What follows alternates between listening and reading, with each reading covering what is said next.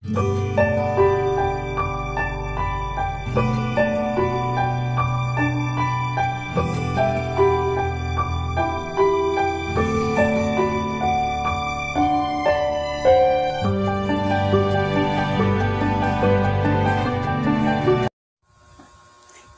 Hello! Ito ulit ang inyong Mama Shy. Andito na naman. How are you? Andito na naman po ako. Sa ngayon ay iwas muna sa mga pag-stress dyan para naman gumanda yung ating buhay. Yakapin natin ang magandang araw sa buong araw.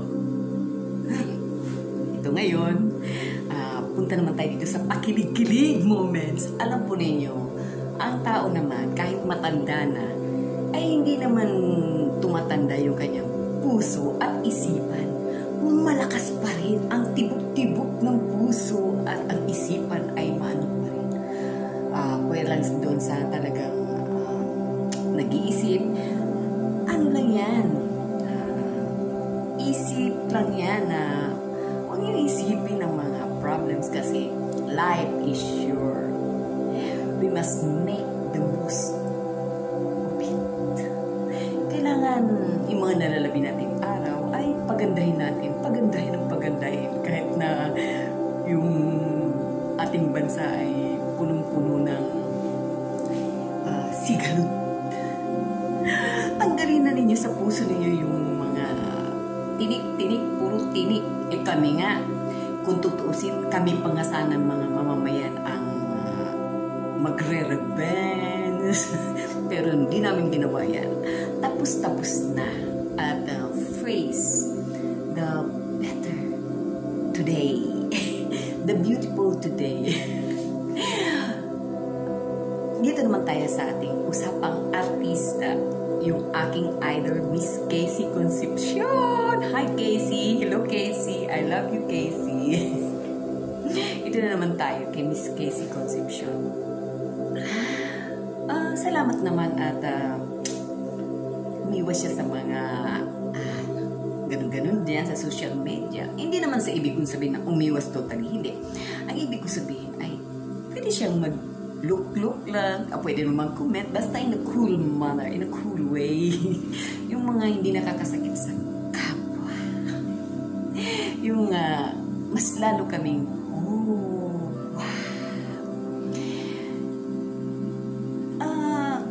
Hi Casey, gusto namin maging good lady ka.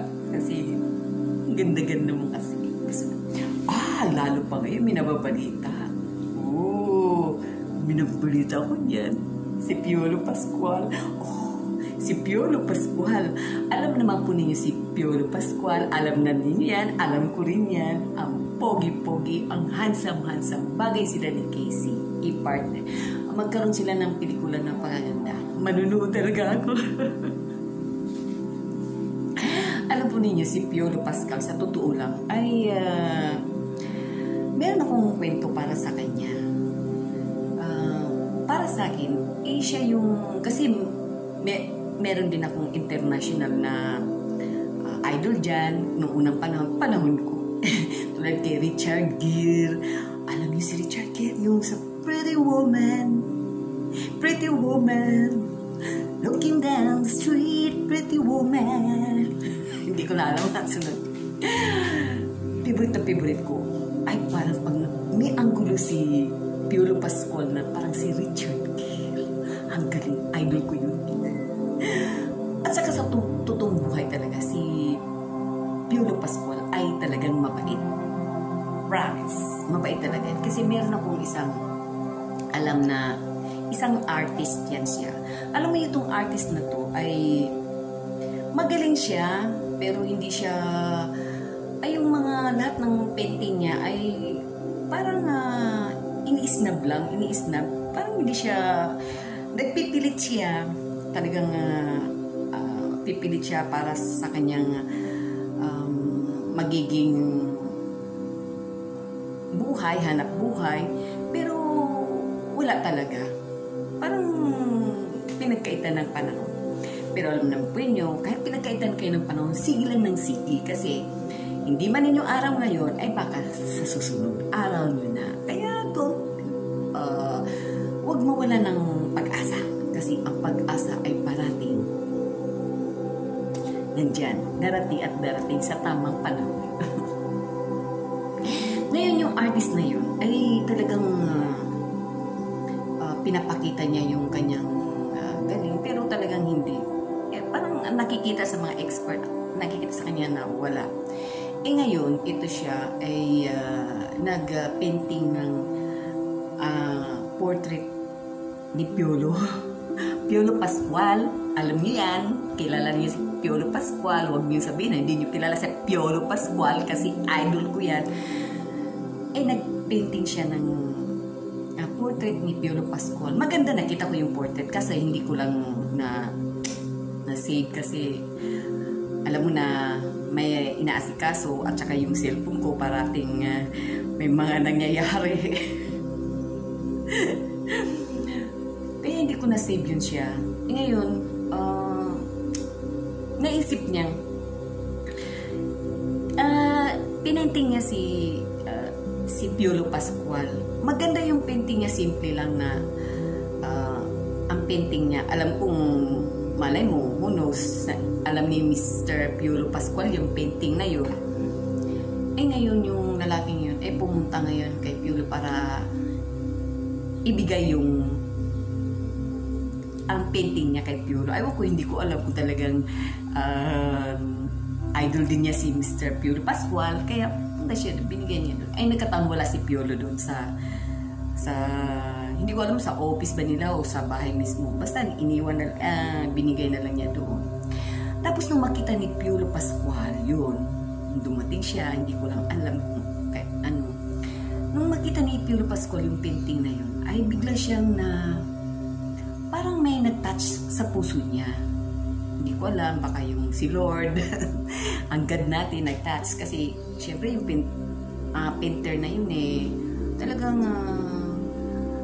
determinado siya. Determinado talaga siya na gusto niya maging painter talaga. Nakita ni Piolo yun. Tapos na yun, pinaalam niya yung kung saan galing, kanino.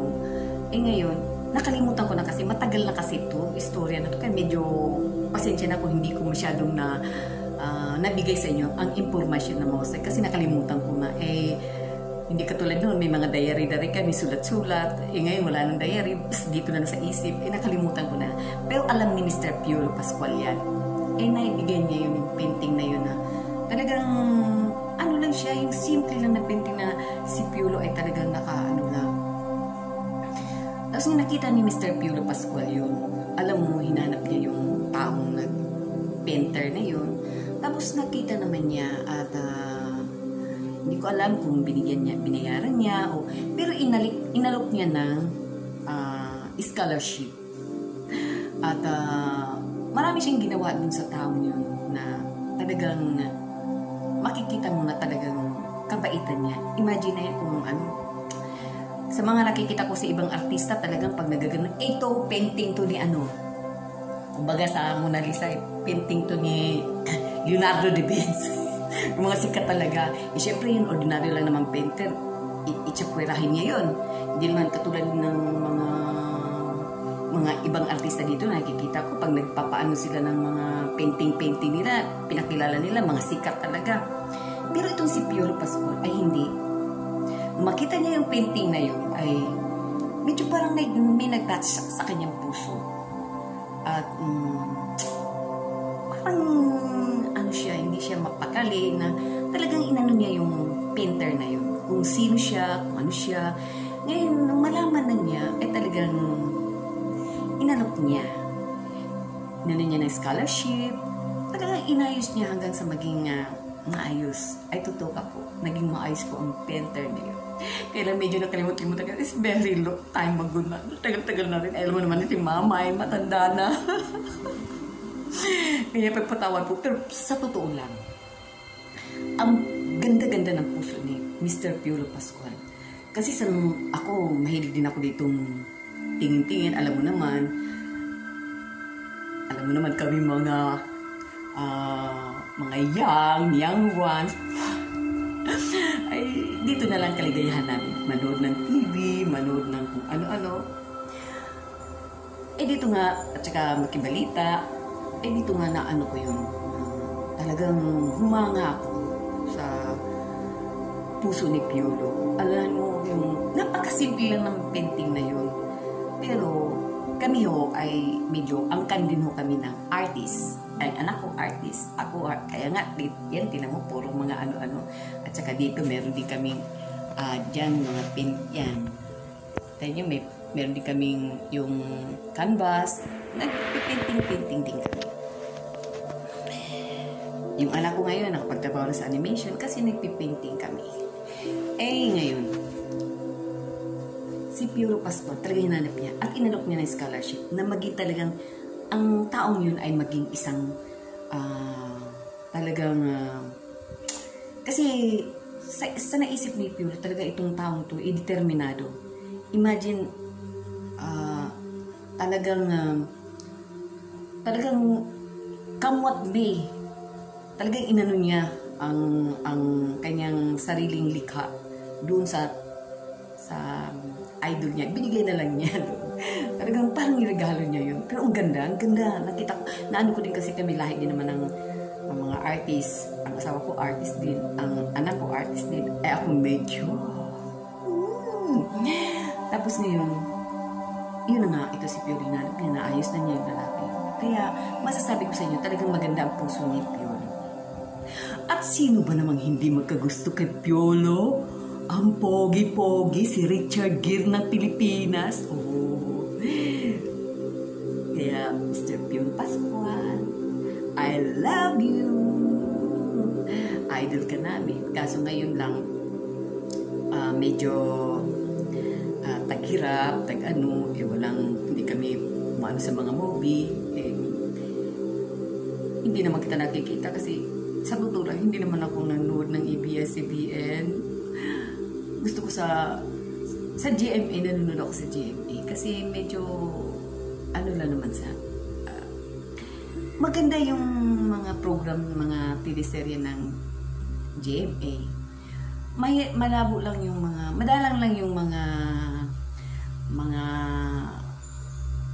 haras-haras na ginagawa. Pero maganda talaga ang palabas din ng GMA. Medyo interesting din.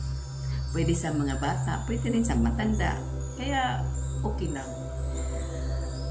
At ngayon, ito nga si Piolo ay inaano kay Casey. Hindi ko alam kung totoo bang nagpo-propose si Piolo, pero okay lang. Bagay naman silang dalawa. At pareho silang cool. At good luck. Kung sadyang kayo ang pinag-ano ng Panginoon natin, ng Lord, ay talagang para kayo. Kasi ang love naman is amazing. Kahit na nagkaroon ng isa ng asawa, nagkaroon na ng ganon, partner sa isa, kung talagang para kayo, ay gagawa ang katadhana para kayo talaga. Kaya, love is powerful, amazing. Hanggang dito na lang. Good luck kay Piolo at kay Casey Concepcion. Bagay na bagay sila. Kung sila man, ay sila. Huwag na kayo mag-away-away pa dyan dito kay Jordan na yan. Eh kung totoong para kanino si Casey, eh na kay Casey Concepcion. Siya lang alam naman. Mas tayo,